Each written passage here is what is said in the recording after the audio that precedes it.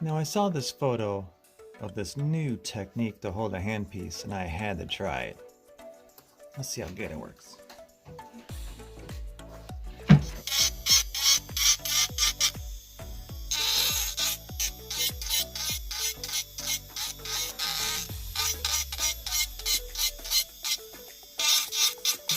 This technique, I would have better luck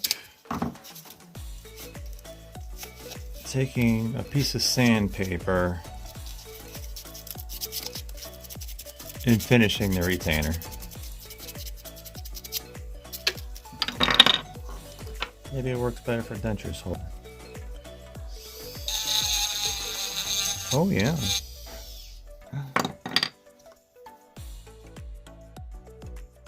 When you're grabbing onto a handpiece to carve something, you want to do it like you're carving an apple.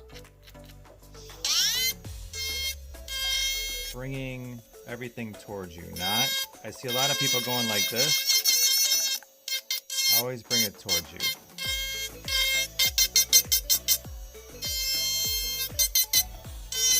Like you're carving an apple. I do see tons of videos with dentists or orthodontists using the handpiece like this when they're trimming. Now the reason why they're doing that is because they're used to working orally in someone's mouth and they can't go into someone's mouth like this. It's just not going to work. So they have to be a little more finesse. So they take that finesse and then they start making, they make appliances like that.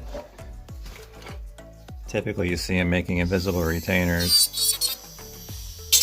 I don't. But if you just grab it like this,